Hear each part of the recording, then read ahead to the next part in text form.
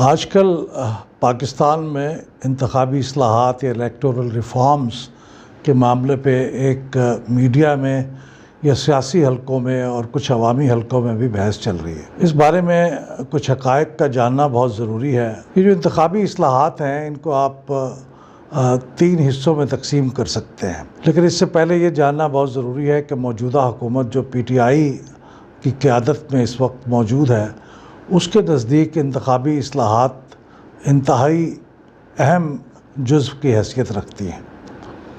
बदकिस्मती से ये 2018 में जब इस हुकूमत ने चार्ज संभाला इस मुल्क का, तो फौरी तौर पे वो इंतखाबी इस्लाहात का कोई प्रोग्राम सामने नहीं ला सकी, जो कि किसी हद तक अंडरस्टैंडेबल है, क्योंकि उसमें कुछ चीज़ें डेवलप करते हुए टाइम लगता है, क्योंकि ये उसके पास से ये चीज़ें तैयार नहीं थी। चुनांचे उन्होंने पहला जो मुसव्वदा है इंतखाबी इस्लाहात का वो अक्टूबर 2020 में कौमी असम्बली में पेश किया और इस वक्त भी वो कौमी असम्बली के सामने है। उसके अंदर 49 इंतखाबी इस्लाहात का एक पैकेज है, जिसमें से कुछ इंतखाबी इस्लाहात तो बहुत अच्छी हैं। मिसाल के तौर से उसके अंदर ट्रांसपेरेंसी को फ़रोग़ देने के लिए ये कहा गया है कि बहुत सी चीज़ें जो इस वक्त तक इलेक्शन कमीशन की वेबसाइट पर मौजूद नहीं हैं वो वेबसाइट के ऊपर उनको लगा दिया जाए। मिसाल के तौर से members of national assembly, members of provincial assembly, members of the senate, ये हर साल जो अपने एसेट्स एंड लायबिलिटीज़ के गोशवारे जमा कराते हैं वो अगरचे पब्लिक होते हैं लेकिन वो वेबसाइट पे नहीं होते। तो ये कानून के अंदर तरमीम करके ये कहा गया कि उनको वेबसाइट पे लगा दिया जाए ताकि ये आम लोगों की दस्तरस में आ जाए और लोगों को पता चले कि उनके अंदर क्या है। फिर इसके अंदर ये भी बात है कि ख़वातीन के लिए और माइनॉरिटीज़ के लिए, ट्रांसजेंडर्स के लिए ख़ास तौर पे कुछ मामलात में, इंतखाबी मामलात में एहतमाम करने के लिए कहा गया है। इसके अलावा ये भी कहा गया है कि अगर किसी हलके में इंतखाब हो रहा हो तो उसका जो प्रिजाइडिंग ऑफिसर्स हैं या इंतखाबी अमला है वो उस इंतखाबी हलके से ना हो बल्कि कहीं दूसरे इंतखाबी हलके से लाया जाए, ताकि उस इंतखाबी हलके में हिस्सा लेने वाले उम्मीदवार जो अमूमन बहुत इन्फ्लुएंशियल लोग होते हैं वो उनके ऊपर असरअंदाज ना हो सकें। ये चंद मिसाल के तौर से बातें हैं जो बहुत अच्छी हैं, लेकिन इसके अलावा कुछ ऐसी बातें हैं जिनके ऊपर एतराज़ किया जा रहा है, जिनके ऊपर बहस हो सकती है। मसलन ये कि सेनेट का इलेक्शन ओपन बैलेट के ज़रिए कराया जाए, इसके ऊपर दो रायें पाई जाती हैं और उसके ऊपर बहस होनी चाहिए। इसके अलावा और भी बहुत सी चीज़ें हैं, जैसे डिलिमिटेशन ऑफ कॉन्स्टिट्यूएंसीज से हल्का जात की जो बॉर्डर्स हैं वो जिस तरह उसकी बाउंड्री है वो कैसे तय होगी। अब तक तो वो आबादी की बुनियाद पे होती रही, लेकिन अब इस पे तजवीज़ किया गया है कि वोटर्स की तादाद के हिसाब से हो। तो इसके बारे में भी बहुत से हलकों में तशवीश पाई जाती है और इसके बारे में मुख्तलिफ आरा मौजूद है। तो पहली बात तो ये है कि ये जो पैकेज है इसके ऊपर बहुत तफसील के साथ, बहुत डिस्पैशनेटली इसके ऊपर बहस होनी चाहिए। और उसका तरीका माजी में तो यही रहा है कि कमेटी बनती है, उस कमेटी में बहस होती है, कमेटी कुछ इत्तफाक की राय पैदा करती है और उसके बाद फिर ये मामला पूरी कौमी असम्बली और सेनेट में जाता है। जो पिछली असम्बली थी उसके दौरान में इलेक्शंस एक्ट 2017 पास हुआ था, वो बहुत बड़ा काम था। तमाम इलेक्शंस के जो कवानीन थे उनको यकजा कर दिया गया था और कई नई चीज़ें इंट्रोड्यूस की गई थी, पुराने कवानीन में तरामीम कर दी गई थी। और वो इसी तरह से हुआ था कि पार्लिमानी कमेटी के अंदर बहस हुई, इत्तफाक राय पैदा हुआ। हालांकि उस ज़माने में पाकिस्तान मुस्लिम लीग नवाज़ की हुकूमत और पाकिस्तान तहरीक इंसाफ के दरमियान इंतहाई शदीद इख्तलाफात थे और कुछ अर्सा फिर PTI इस पार्लिमानी कमेटी के इजलासों से दूर भी रही, लेकिन PMLN ने बजाय इसके कि वो यकतरफ़ा तौर पर इन्हें पास करती, इंतज़ार किया, उनको मना के लाए, कमेटी में वापस लाए और उसके बाद फिर इत्तफाक राय से ये पास हुआ। तो ये अहम बात यह है कि इसके ऊपर तमाम पार्टियां मौजूद हों और उनके दरमियान खुल के बहस तमीज़ हो और फिर एक इत्तफाक राय से ये कानून पास हो जाए। ये कानून आम कानून नहीं है। आम कानून में तो ऐसे होता है कि अगर इत्तफाक राय ना भी हो सकता हो तो फिर अक्सरियत राय से कानून को पास करना पड़ता है, वो भी जमहूरियत के ख़िलाफ़ चीज़ नहीं है।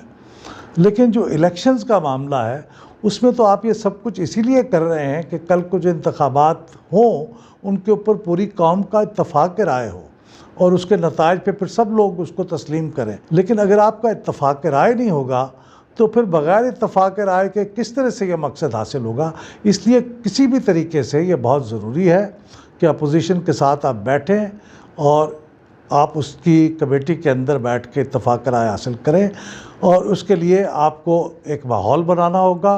आपको अपोजिशन पूरी को उसके ख़िलाफ़ जो एक तल्ख़ किस्म के बयानात हैं उनको इल्ज़ामात देने का सिलसिला है वो भी रोकना होगा, और अपोजिशन को भी हुकूमत के ख़िलाफ़ जो तलख़ी है उसको कम करना होगा। जब ये माहौल क्रिएट हो जाएगा तो फिर उसके बाद आप इजलास में बैठना भी मुमकिन होगा, और ये ताने देने से भी बाज रहना होगा कि अगर वो कमेटी में आए हैं और उन्होंने कोई तजवीज़ दी है तो आप उस तजवीज़ को बाहर ले जाके लहराएं और कहें कि ये तो NRO लेने की कोशिश है। इसी वजह से अब वो एतमाद नहीं करते और कमेटियों में आते नहीं और आपके साथ बैठते नहीं। दूसरी तो अहम इलेक्शन की तजावीज़ जो हैं इंतखाबी इस्लाहात की, वो बहुत अहम है और उनको मैं अलग इसलिए डिस्कस कर रहा हूँ कि उनकी अलग अहमियत है। एक तो इलेक्ट्रॉनिक वोटिंग मशीन को इंट्रोड्यूस करना है। उसके लिए बजाय इसके कि कोई अफ़हाम व तफ़हीम की सूरत पैदा की जाती और उसके नतीजे में कोई एग्रीमेंट होता अपोजिशन के साथ, हुकूमत ने एक ऑर्डिनेंस जारी करके यक तरफ़ा तौर पे ये कानून बना दिया है कि अब ये इलेक्शन कमीशन इसको इलेक्ट्रॉनिक वोटिंग मशीन को इस्तेमाल करने के लिए इंतज़ामात करे। उसके बहुत से पहलू ऐसे हैं जिनका जायज़ा लेने की ज़रूरत है, जिसके बारे में इलेक्शन कमीशन भी मुतफ़क्किर है और वो भी शायद जायज़ा ले रहा है, क्योंकि इलेक्ट्रॉनिक वोटिंग मशीन को इंट्रोड्यूस करना ये बड़ी सिंपल मशीन है, बन तो जाएगी, लेकिन हमें उसके लिए कोई 3 लाख के करीब ये मशीनें चाहिए होंगी, और ये एक मशीन नहीं है। एक मशीन तो इलेक्ट्रॉनिक वोटिंग मशीन है, एक उसकी बायोमेट्रिक वेरिफिकेशन मशीन है, एक उसका कंट्रोलिंग यूनिट है, एक उसका प्रिंटिंग यूनिट है। तो ये एक पैकेज है, एक पूरा नेटवर्क है, एक पूरा ग्रुप ऑफ मशीन्स है। इन सब को अगर आप 2023 में बनवा के इस्तेमाल करना चाहते हैं तो ये इंतहाई एम्बिशियस और नाकाबिल अमल बज़ाहिर चीज़ नज़र आती है। इसको अगर आप इसलिए ऑर्डिनेंस आपने जारी किया है कि इस पर अभी से तैयारी का काम शुरू हो जाए, तो हिंदुस्तान ने इसको मरहला वार इंट्रोड्यूस किया था, जो हमारी करीब तरीन मिसाल है इलेक्ट्रॉनिक वोटिंग मशीन, और वहाँ पे बायोमेट्रिक वेरिफिकेशन का यूनिट नहीं होता, उसका प्रिंटिंग यूनिट भी बाद में इंट्रोड्यूस किया गया। तो 22 साल लगे केरला की एक स्टेट असम्बली के एक कॉन्स्टिट्यूंसी में उसको इंट्रोड्यूस किया गया, और उस वक्त से लेके जब तमाम मुल्क के अंदर तमाम लोकसभा की कॉन्स्टिट्यूंसीज़ में उनको इंट्रोड्यूस किया गया, इसके दरमियान 22 साल का अरसा था। इसका मतलब ये नहीं कि टेक्नोलॉजी डेवलप हो रही थी, इसका मतलब ये था कि लोगों के अंदर एतमाद पैदा किया जा रहा था, जो ग्लिचेस हो जाते हैं बाज़ का इस्तेमाल करने में उनको दूर किया जा रहा था, अदालत में केसेस हो जाते थे उन अदालत को भी मुतमईन किया जाता था, साथ साथ फिर जिन लोगों ने इस मशीन को इस्तेमाल करना है उनकी ट्रेनिंग का काम भी हो रहा था। तो ये सारे काम वक्त तलब है, उसके ऊपर काम करना होगा। तो ये आसान काम नहीं है, और फिर इसके ऊपर शक ये है कि अगर इसके जो चिप होती है इसके अंदर ये नेटवर्क नहीं है, इंटरनेट से मुंसलिक नहीं है, तो इसके हैकिंग के पॉसिबिलिटीज़ ना होने के बराबर है।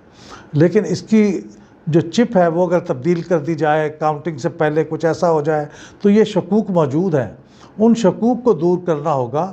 उसके लिए आपको सबको एतमाद में लेके एजुकेट करना होगा। वो इतनी जल्दी नहीं हो पाएगा, अब सिर्फ 2 साल के करीब बाकी हैं।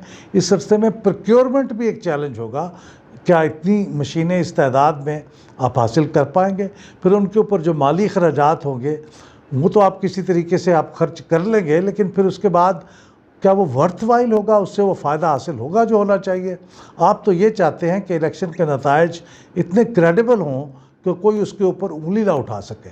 लेकिन अगर अभी से उंगली उठाई जा रही है उन मशीनों के इस्तेमाल पे, तो फिर कल नताइज पे किस तरह से मुमकिन है कि उंगली ना उठाई जाए। तीसरी बात यह है कि ओवरसीज़ पाकिस्तानीज़ के लिए आप चाहते हैं कि उनके लिए भी वोट देने का इंतज़ाम किया जाए, उसके लिए भी ऑर्डिनेंस जारी कर दिया गया है। ये बहुत अरसे से इसके ऊपर गौर खोज हो रहा है, और इसके बारे में जो आखिरी नतीजा था रिपोर्ट का, जो एक्सपर्ट्स पे मुश्तमिल, उन्होंने ये तय किया था कि ये सेफ नहीं है। ये मुमकिन है, लेकिन अगर कोई किसी मुल्क में बैठा हुआ शख्स वोटर की बजाय कोई दूसरा शख्स भी उसकी जगह पे उसके ऊपर इन्फ्लुएंस कर रहा हो, तो इलेक्शन कमीशन ये इंश्योर नहीं कर सकता कि ये वोट बग़ैर किसी लालच के, धौंस धांधली के वहाँ कास्ट किया जा रहा है। तो इंटरनेट वोटिंग जो है उसके अंदर अभी तक बड़े रिस्क है। माहिरीन भी यही बताते हैं, साबका रिपोर्ट पे भी ये बात लिखी गई थी, उसके ऊपर भी अच्छी तरह से गौर कर लेना चाहिए, वरना कल को इसकी बुनियाद पे भी इंतखाबी नताइज को चैलेंज करने का एक और आपके सामने मौका मिल सकता है, मुखालफिन को, अपोजिशन को, हारने वालों को। ये 3 चीज़ें हैं, इनके ऊपर एक ओवर आर्चिंग जो चीज़ है वो ये है कि इत्तफाक राय, आपको इत्तफाक राय जब तक पैदा नहीं करेंगे ये तमाम कोशिशें बेकार रहेंगी और इससे मतलूबा नताइज हासिल नहीं हो सकेंगे। ये तमाम और इन जैसे कई इश्यूज़ पर अगर आप एनालिसिस देखना चाहते हैं तो फिर पिलडाट यूट्यूब चैनल को सब्सक्राइब कीजिए, बेल के बटन को दबाइए ताकि आप हमारी हर नई वीडियो रिलीज़ होते ही देख सकें।